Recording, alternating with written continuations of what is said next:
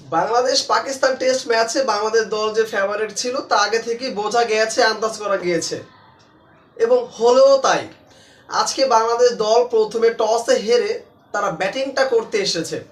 বাংলাদেশের দুই স্পিনার এবং তিনটা পেসার নিয়ে কিন্তু আজকে দল সাজানো হয়েছে।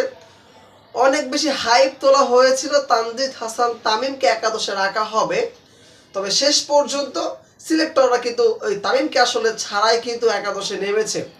যথারীতি সাদমান এবং জাকেরের উপরে আস্থাটা রাখা হয়েছে, তবে তারা দুজন কিন্তু সেই আস্থার প্রতিদান দিতে পারে নাই। একেবারে শুরুতেই শাহিন আফ্রিদি এবং হাসান আলীর বলেই কিন্তু আউট হয়ে সাজঘরে ফিরেছে এই দুই টপ অর্ডার ব্যাটসম্যান এবং তারা নিয়মিত বাংলাদেশ দলকে একটা বিপদেই ফেলেছে। মনে হচ্ছিল বাংলাদেশ দলের হয়তো আর্লি আর উইকেট পড়ে যাবে, সেই পুরনো বাংলাদেশ দলকে আবারও ফিরে আসতেছে কিনা মিরপুরের এই নতুন মাঠে।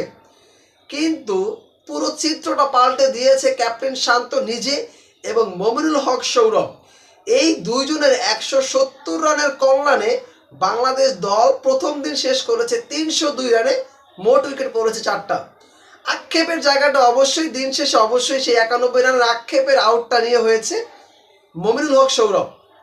টেস্টে যার ক্যারিয়ারের 14তম সেঞ্চুরি হতে পারত, তবে মাত্র 9টা রানের আক্ষেপে কিন্তু তিনি আউট হয়ে সাজঘরে ফিরে গেছেন। আক্ষেপটা নিয়ে তিনি আউট হয়ে ফিরে গেছেন এলবিডব্লিউর ফাঁদে পড়ে। আর একটু থিত হতে পারতেন, কিন্তু আনফরচুনেট, অবশ্যই তার জন্য এটা দুঃখজনক। শেষ 4টা ইনিংস যদি মমিনুল হকের দেখেন, আজকের ম্যাচ সহ 91, 63, 81, 87 চারটাই কিন্তু সেঞ্চুরি হওয়ার মতোই ছিল। এখানে 3টা সেঞ্চুরি হতেই পারতো, তবে আসলে 50+ করার পর তিনি আসলে নিজের যে চিরচেনা রূপ সেটা আসলে ধরে রাখতে পারছে না।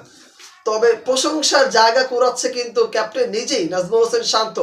একের পর এক চমৎকার ইনিংস খেলে বাংলাদেশ দলকে জয়ের বন্দরে পৌঁছে দিচ্ছে। সেই পাকিস্তানের এগেইনস্টে সেঞ্চুরি করেছিল এবং আবারও কিন্তু আজকে একেবারে চমৎকার একটা সেঞ্চুরি, 130 বলে 101 রানের একটা চমৎকার সেঞ্চুরি করে তিনি কিন্তু তার নিজের প্রমাণটা আবারও করেছেন। তবে নাজমুল শান্তকে নিয়েও আসলে কথা রয়েছে। নাজমুল শান্ত সেঞ্চুরি করার পর তিনি আসলে তার সেই ইনিংসটাকে বড় করতে পারছে না। এটা একটা মূল সমস্যার জায়গা নাজমুল হোসেন শান্তর জন্য। আমার কাছে মনে হয় তাকে আসলে এই 100 স্কোরটা যদি তিনি 200 পর্যন্ত টেনে নিয়ে যেতে পারে, তাহলে কিন্তু বাংলাদেশ দলের জন্য আরো অনেক বড় সার্ভাইভ হবে। সো নিঃসন্দেহে নাজমুল হোসেন শান্ত পরবর্তী সময় হয়তো এটা নিয়ে আরো বেশি কাজ করবে। মিস্টার ডিপেন্ডেবল 48 রানে, দিনের 48 রানে তিনি অপরাজিত আছেন লিটন কুমার দাসের সাথে। বাংলাদেশ দল আগামীকাল শুরু করবে আবার নতুন করে 302 রান থেকে। এই টেস্টের একটা ফলাফল অবশ্যই আসবে নিঃসন্দেহে।